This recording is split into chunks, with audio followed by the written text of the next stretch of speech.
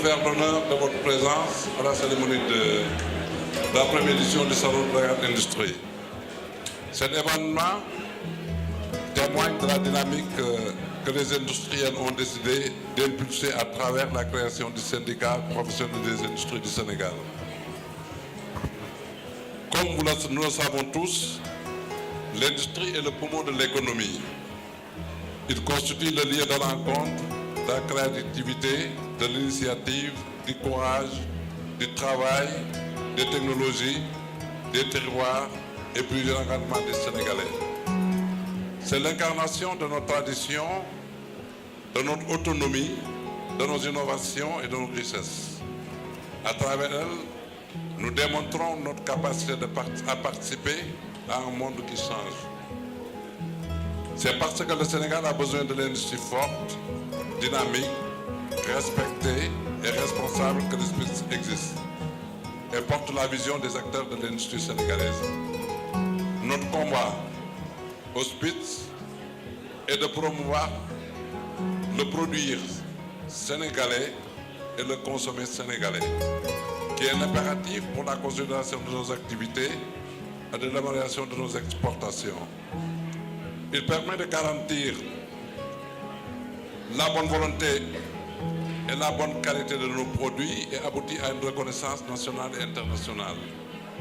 Il permet également et surtout de donner du pouvoir d'achat aux Sénégalais. Il est donc venu le temps des industries. C'est pour nous, membres du Spitz, cette approche qui considérera l'industrie en tant que moteur de notre système économique. C'est cette approche qui nous permettra de rompre avec le recul constaté ces dernières années. Nous devons amplifier le temps de l'industrie pour notre pays si nous voulons accéder à une émergence saine, équitable et durable. Le plan Sénégal émergent, dans sa deuxième phase de déploiement, nous annonce un cadre idéal d'implication et d'initiative pour un secteur privé responsable et dynamique, au premier chef desquels nous trouverons les industries du Sénégal, ceux d'aujourd'hui et ceux qui vont nous rejoindre. Pour cela, nous sommes déterminés à renforcer la compétitivité de nos secteurs industriels. Nous associons à l'émergence de notre pays, à la compétitivité de nos industries. Il est nécessaire pour cela de tisser comme de nouvelles relations co-construction d'échanges et de mutuelles. Nous aspirons à un Sénégal avec des industries fortes, une consommation forte, des produits locaux, un travail décent pour nous tous dans une économie prospère, créateur et redistribution de richesses. Au-delà de toutes ces attentes en faveur de la compétitivité, j'ai saisi et nous partageons une préoccupation commune qui est celle de consolider le Made in Sénégal et valoriser le consommé sénégalais. Nous avons le devoir de relever le défi économique du moment, créer un futur à nos enfants et à nos enfants. Nous devons construire maintenant, avec notre modèle industriel, un avenir meilleur. Le Salon Dakar Industrie participe à cette démarche avec un programme très ouvert et offert ensemble. Nous avons le devoir de relever les défis économiques du moment, créer un futur à nos enfants et aux petits-enfants. Nous comptons faire du consommé sénégalais une réalité pour tous. C'est pour nous, membres du Spitz, l'approche qui considère l'industrie en tant que moteur de notre système économique. C'est cette approche qui nous permettra de changer le cap et de mettre à l'industrie sénégalaise au centre de développement. Pour pouvoir accéder à cette émergence saine, équitable et durable, nous devons amplifier le temps de l'industrie de notre pays. Le plan Sénégal émergent, dans sa deuxième phase, annonce un cadre idéal d'implication et d'initiative. Il en appelle à un secteur privé responsable et dynamique, au premier chef desquels nous trouverons les industries du Sénégal. Mesdames et messieurs, chers invités, je voudrais terminer en vous annonçant un message de confiance Je crois fondamental en l'industrie sénégalaise, à sa diversité et son expérience. Je viens d'évoquer devant vous la vision qui quitte l'action et le positionnement des Spitz, l'industrie. Vous l'avez compris, occupe un plan primordial de notre industrie, de notre économie et de notre attractivité. Nous sommes là pour servir le Sénégal et être le moteur du Sénégal émergent. Je vous remercie de votre aimable attention. Comme l'a dit le président tout à l'heure, si le secteur industriel est le poumon du plan Sénégal émergent, mais les mines et la géologie en sont le corps parfait, avec des diverticules, comme l'agriculture, comme la construction, comme l'alimentation, comme les ressources hydrauliques. Deux exemples simples. N'eût été ces nappes hydrogéologiques, aujourd'hui, Kirel n'existerait pas, de même que les autres sociétés qui vendent de l'eau. N'eût été la géologie, des ressources ne nous seraient pas offertes pour nos constructions. Donc pas de ciment, parce que pas de calcaire, pas d'argile, pas de sable, sans fer, et le tout est couronné par l'économie numérique qui aujourd'hui aussi se tient ici avec le CIPENS. Cette économie numérique qui utilise beaucoup également des éléments géologiques parce que les zircons et autres sont utilisés pour fabriquer les ordinateurs. Donc les mines et la géologie sont le soubassement de l'industrie. Et effectivement, le Made in Sénégal, nous en voulons. Le Made in Sénégal pour développer des choses propres à nous. Et j'ai dit, le lien n'est pas toujours fait. Aujourd'hui, des touristes vont faire des cours pour voir et goûter des vignes différentes parce que cultivées dans différents types de sols. Les raisins cultivés dans le calcaire n'ont pas le même goût que les raisins cultivés dans le sable. Et effectivement, nos mangues, quand nous regardons nos mangues, les mangues n'ont pas les mêmes valeurs culinaires ni les mêmes valeurs au niveau du goût quand nous prenons les mangues de la Casamance ou les mangues de Thiès ou les mangues qui poussent dans d'autres types de sols.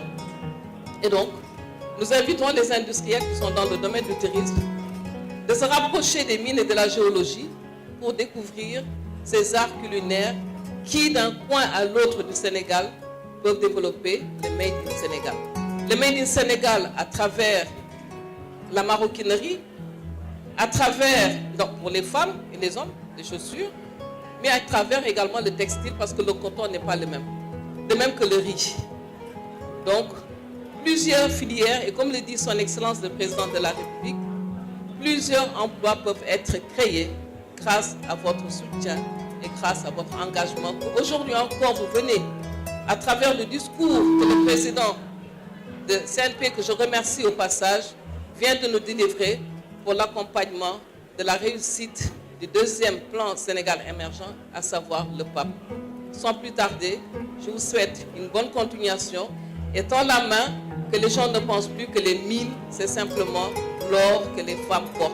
Les mines, c'est le tout, c'est l'agriculture, c'est la pêche, c'est l'environnement pour un développement durable du secteur industriel. Et je souhaite bonne chance à mon collègue et frère qui aujourd'hui s'occupe du développement industriel. Merci. Nous venons d'assister à l'ouverture officielle par le Premier ministre des Assises de l'entreprise, événement majeur dans la vie économique du pays. En ce sens qu'elle constitue un cadre d'échange et de dialogue privilégié des acteurs du monde de l'entreprise. En cela, je voudrais m'en réjouir et féliciter chaleureusement les initiateurs avec une mention spéciale au président Ahmed Amar. En ma qualité de ministre du Développement industriel, des petites et moyennes industries, il m'est particulièrement agréable de présider au nom de son Excellence le Président Macky Sall la cérémonie d'ouverture Dakar Industrie 2019, l'avenir du Made in Sénégal. Au moment où à côté se tient un autre événement parallèle consacré à la zone de libre-échange continentale africaine, Monsieur le Président, Mesdames, Messieurs, à l'évidence, les thèmes qui structurent vos assises de cette année dont une grande actualité est à la fois intimement liée, car la ZLECAf n'a de sens pour nous autres Sénégalais que si le Made in Sénégal y trouve une place de soi et soit au cœur des échanges continentaux. De ce point de vue, nous avons tout intérêt à renforcer notre tissu industriel et à rendre plus compétitifs les produits Made in Sénégal tout en assurant la qualité. Monsieur le Président, Mesdames, Messieurs, l'avenir du Made in Sénégal, vous me permettez de penser à moyen terme, en perspective de la zone de libre-échange continentale africaine. Cette initiative qui participe à la réalisation d'un marché commun africain fort de 1,2 milliard de consommateurs est en passe de devenir une réalité. Quel sera son impact sur le futur de notre industrie nationale, sur le Made in Sénégal? Telle est la question. L'étude réalisée en novembre 2018 par la Direction de la planification et des politiques économiques sur l'impact économique et l'adhésion du Sénégal à la ZLECAf montre à bien des égards les défis que nous devons relever et les leviers sur lesquels nous devons agir pour que le Made in Sénégal soit une réalité bien africaine, voire mondiale. Je voudrais à ce sujet inviter à revisiter l'étude GEFIT réalisée par l'ONUDI qui a servi de base pour l'identification d'un certain nombre de secteurs porteurs sur lesquels on peut bâtir une offre de produits industriels Made in Sénégal qui nous donne des positions concurrentielles défendables sur le long terme, à l'échelle du continent africain et dans les chaînes de valeur mondiales.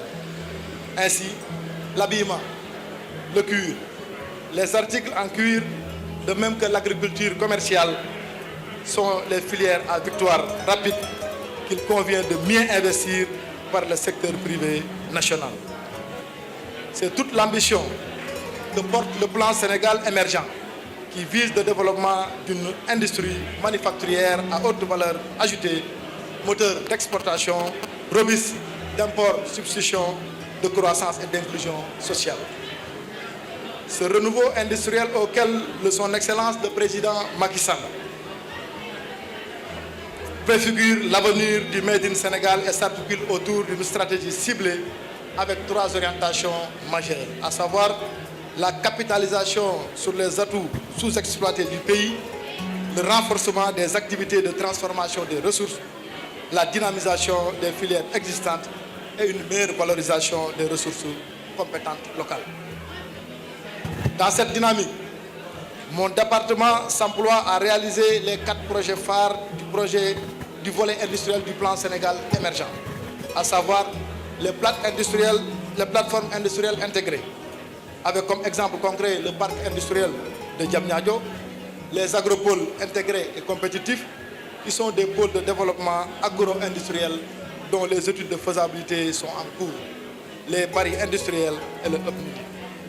Monsieur le Président, je voudrais saisir cette tribune pour inviter le secteur privé national à s'intéresser à l'agropole qui est un projet de type partenariat public-privé où l'État intervient dans le financement des infrastructures et services partagés et le privé s'en occupera du reste.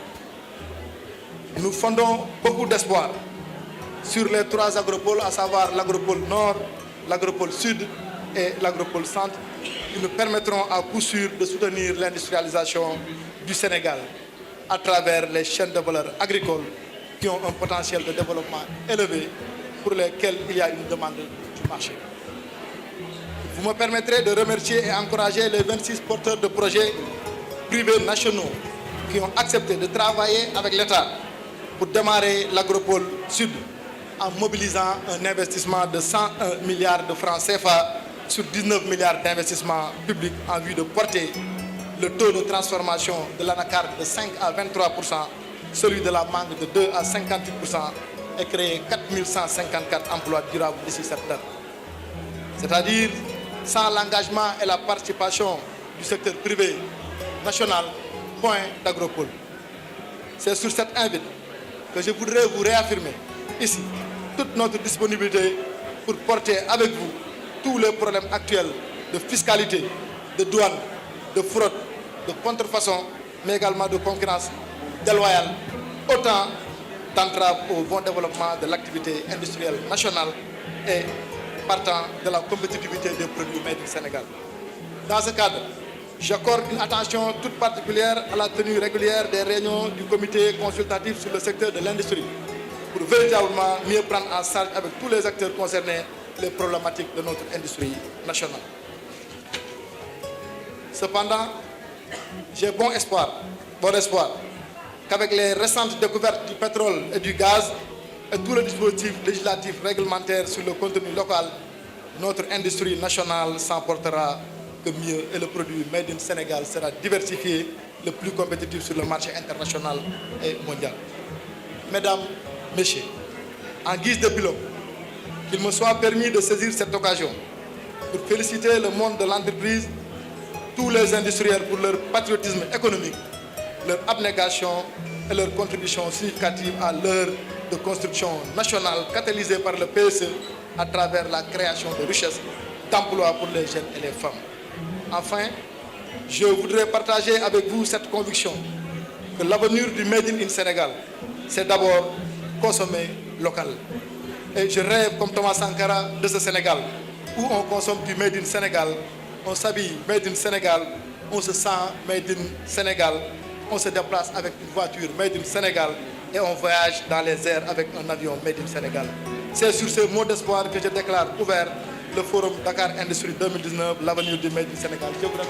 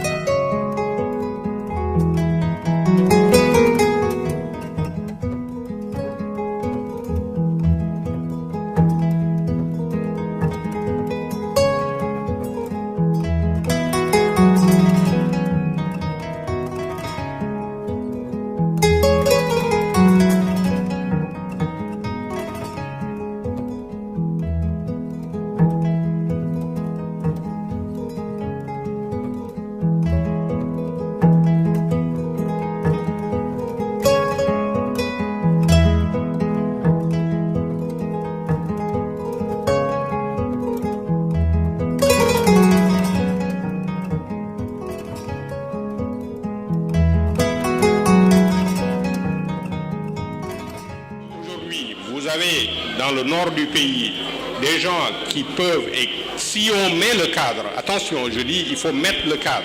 Si on met le cadre, on peut cultiver 80 000 tonnes de tomates industrielles qui seront développées et transformées par l'industrie qui est là. Le know-how est là, les investissements sont là.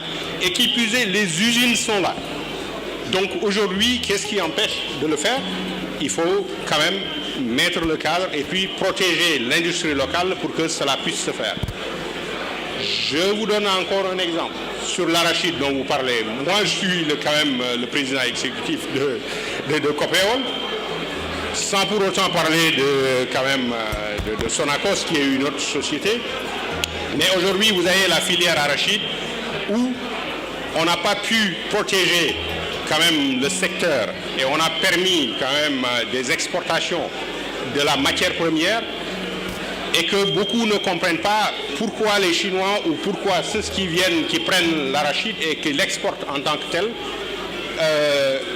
peuvent payer un peu plus que l'industrie locale qui est là.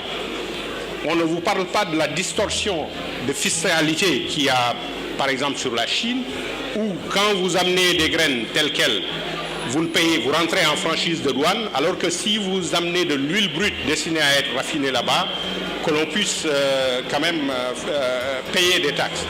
Donc toutes ces choses, je ne vais pas entrer dans la technicité, mais aujourd'hui, ce qui est possible de faire, c'est de prendre la filière arachide par exemple, la transformer ici, et quand vous faites simplement le tour, vous allez dans notre stand, vous allez trouver de l'huile d'arachide raffinée à des prix compétitifs par rapport aux autres. Et puis, c'est une filière où on cultive la graine et vous allez dans vos supermarchés, vous trouvez la graine. Idem pour les autres huiles qui sont là, qui sont importées, raffinées et autres.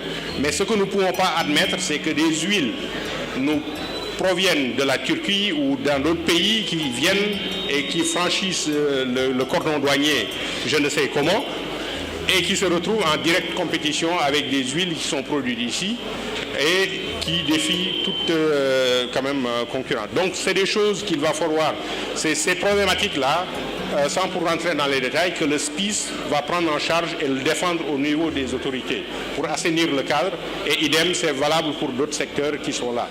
On n'a pas pour habitude de magnifier tout ce que l'on fait ou de porter à la connaissance du grand public tout ce qui est fait. Et on n'a pas cette habitude. L'habitude, c'est de s'occuper de nos industries et de les faire avancer. Pour donner un autre exemple, nous aujourd'hui dans les produits que nous faisons, des jus, nous faisons Presea, la marque Presea. 100% de la mangue qui est incorporée dans les produits jus Presea vient du Sénégal. Depuis 2-3 ans maintenant, nous introduisons 100% de mangue dans ces produits-là. Il n'y a pas une mangue qui vient de l'extérieur pour nous. Ça a été très très difficile de le faire parce que nous avons monté une autre industrie pour le faire. Et puis je peux vous garantir que l'essentiel de cette mangue-là vient de Casamance, où à l'époque on connaissait les fameux épisodes où on jetait la mangue, où les mangues tombaient au pied des arbres et on ne les consommait pas.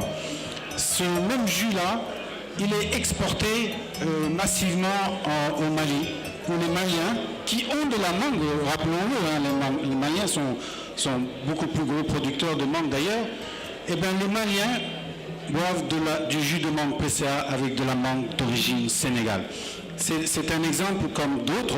Nous vendons cette même mangue à d'autres industries comme IBS ici qui fait ses jus de mangue.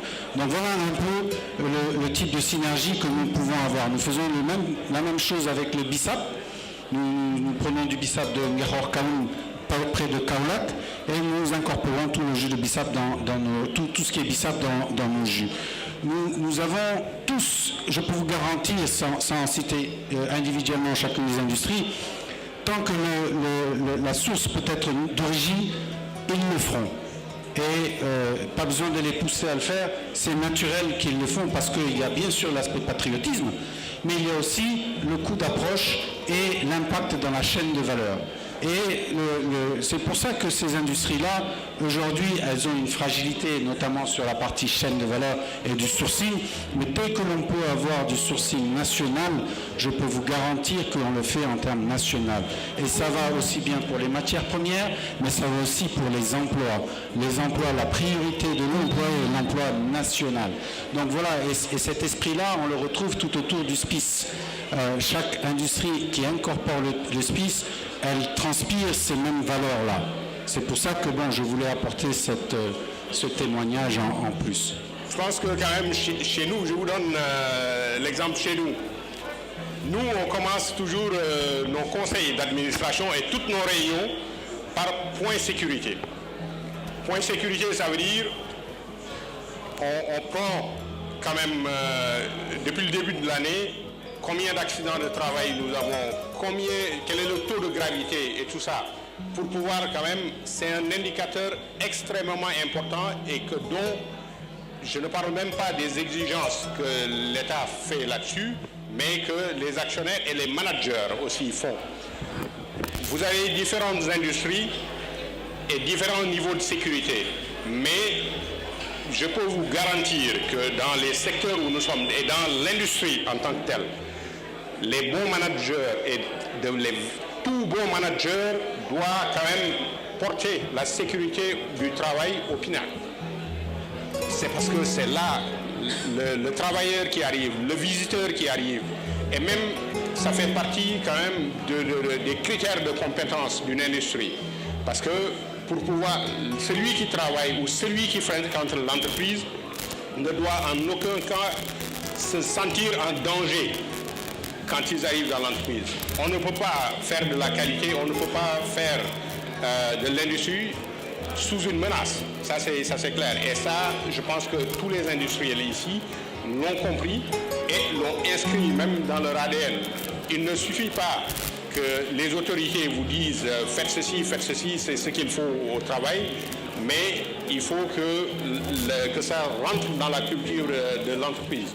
Et je pense, je peux vous assurer, dans les entreprises que je connais dans notre secteur et dans les secteurs industriels, c'est un volet qui est mis au pinacle par les chefs d'entreprise que je connais. Concernant la sécurité, il faut bien qu'on soit conscient d'une chose.